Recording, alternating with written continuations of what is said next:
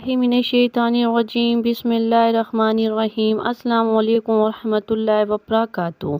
तहज्जुद की नमाज़ पढ़ने का सही तरीका क्या है, बहुत से लोग नहीं जानते। अक्सर लोग तहज्जुद की नमाज़ तो पढ़ते हैं लेकिन चंद एक गलतियां करते हैं। तहज्जुद की नमाज़ की नियत कैसे करेंगे?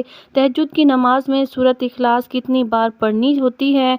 8 मरतबा, 6 मरतबा, 4 मरतबा या 2 मरतबा तहज्जुद में कोई और सूरत पढ़ सकते हैं या नहीं? क्या तहज्जुद के लिए सोना ज़रूरी है या बगैर सोए भी हम तहज्जुद की नमाज़ पढ़ सकते हैं?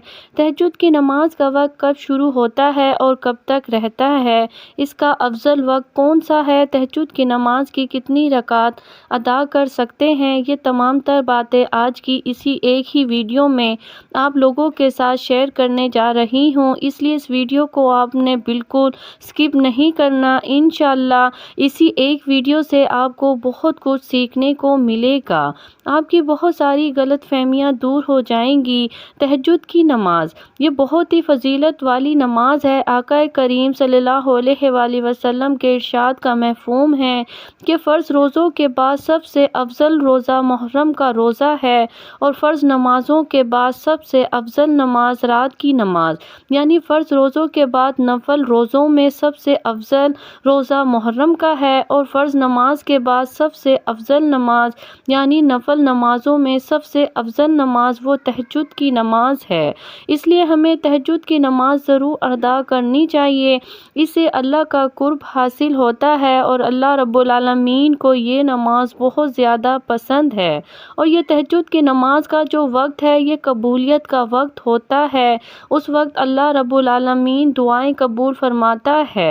आका करीम सल्लल्लाहु अलैहि वसल्लम ने इरशाद फरमाया कि रात के आखिरी हिस्से में अल्लाह रब्बुल आलमीन आसमानी दुनिया पर अपनी रहमतें नाजिल फरमाता है और ऐलान किया जाता है, अल्लाह की तरफ से है कोई मुझसे मांगने वाला, अपने गुनाहों की बख्शिश मांगने वाला कि मैं उसे बख्श दूं? है कोई मुझसे रिस्क मांगने वाला कि मैं उसे रिस्क अता कर दूं?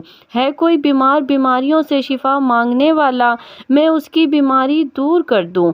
तो ये ऐलान किया जाता है, ये कबूलियत का वक्त होता है। इसलिए हमें चाहिए कि हम तहज्जुद की नमाज की पाबंदी करें, कोशिश करनी चाहिए, हमें तहज्जुद की नमाज अदा करनी चाहिए।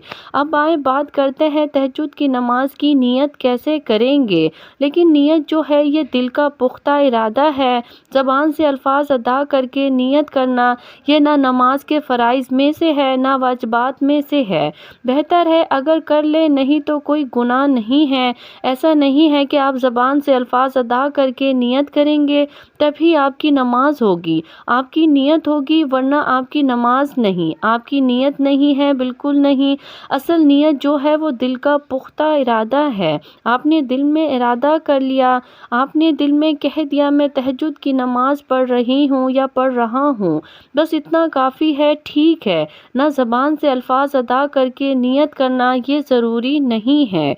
अब नियत करें कि मैंने 2 रकात नियत की, मैंने 2 रकात नमाज तहज्जुद की, वास्ते अल्लाह तबारक व तआला के, वास्ते मुँह मेरा काबा शरीफ की तरफ।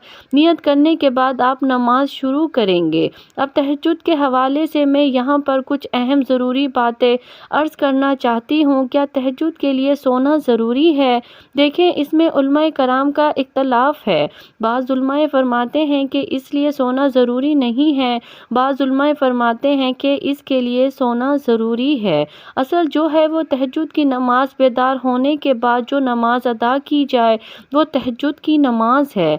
जो उलमा फरमाते हैं कि इसके लिए सोना ज़रूरी नहीं है, वो भी यही कहते हैं कि अफजल ये है कि सोकर बेदार होकर, नियत से बेदार होकर तहज्जुद की नमाज अदा की जाए। अगर आपको नियत नहीं आती या आप सोए नहीं हैं, जब भी आप तहज्जुद की नमाज पढ़ लेते हैं तो अल्लाह रब्बुल आलमीन आपको तहज्जुद का ज़रूर सवाब अता फरमाएगा।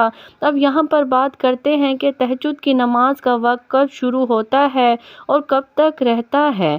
देखिए, तहज्जुद की नमाज का वक्त जब आपने ईशा के 4 फ़र्ज़ अदा कर लिए, आपके लिए तहज्जुद का वक्त शुरू हो गया और रात के किसी भी हिस्से में آپ نیند سے بیدار ہو کر اٹھ کر تہجد کی نماز ادا کر سکتے ہیں، اور اس کا آخری وقت جو ہے وہ طلوع فجر ہے، یعنی جیسے ہی فجر کی نماز کا وقت شروع ہوگا اب تہجد کی نماز کا وقت ختم ہو جائے گا، یعنی عشاء کی نماز کا وقت کا جب تک ہے تہجد کا وقت بھی ہے، آپ تہجد پڑھ سکتے ہیں۔ وہی فجر کی نماز کا وقت شروع ہو گیا، عشاء کا وقت ختم ہو گیا، اب تہجد کی نماز کا وقت بھی ختم ہو جائے گا، اور اسی طرح اس کا افضل وقت جو ہے وہ رات کا آخری حصہ ہے، یعنی جو سحری کا وقت ہوتا ہے یہ سب سے افضل وقت ہے، اس وقت تہجد کی نماز ادا کرنا سب سے افضل ہے، کیونکہ اس وقت اللہ رب العالمین آسمانی دنیا پر اپنی رحمت نازل فرماتا ہے، اور اس وقت اعلان کیا جاتا ہے جس طرح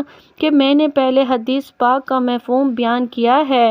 اب ہم بات کرتے ہیں تہجد کی نماز کی کتنی رکعات ہم پڑھ سکتے ہیں۔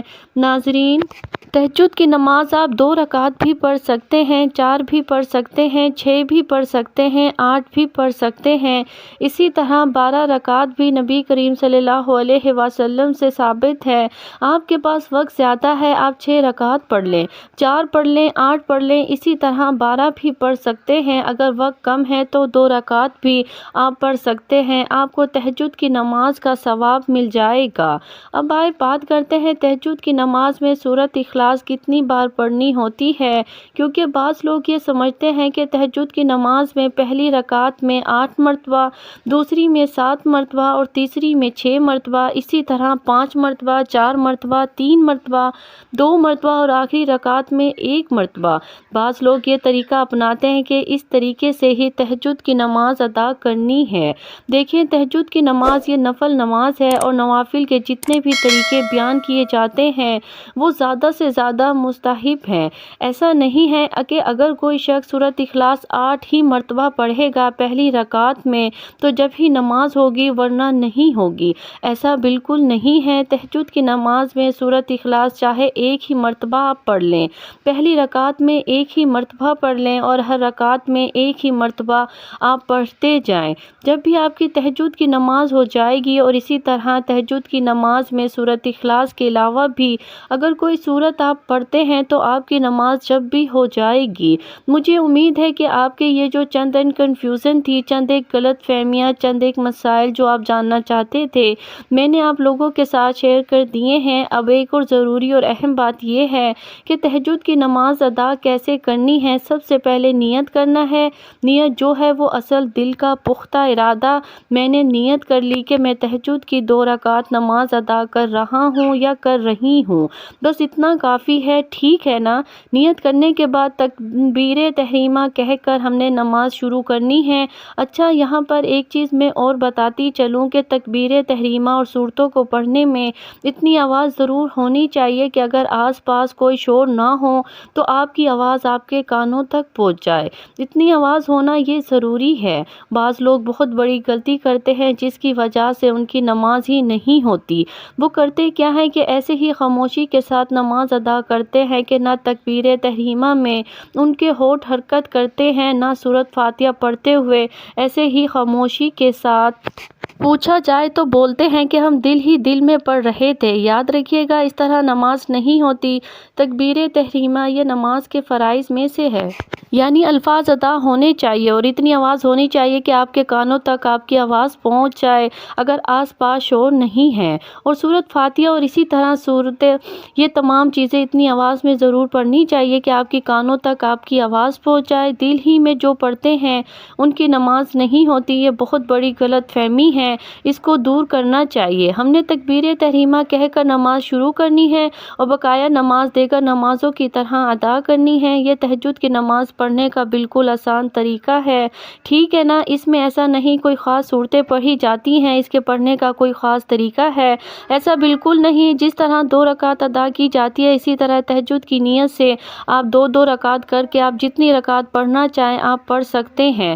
مجھے امید ہے کہ آپ کو میری بات سمجھ آ گئی ہوگی۔ اللہ تعالی ہم سب کو سمجھ کی توفیق عطا فرمائے۔ السلام علیکم ورحمۃ اللہ وبرکاتہ۔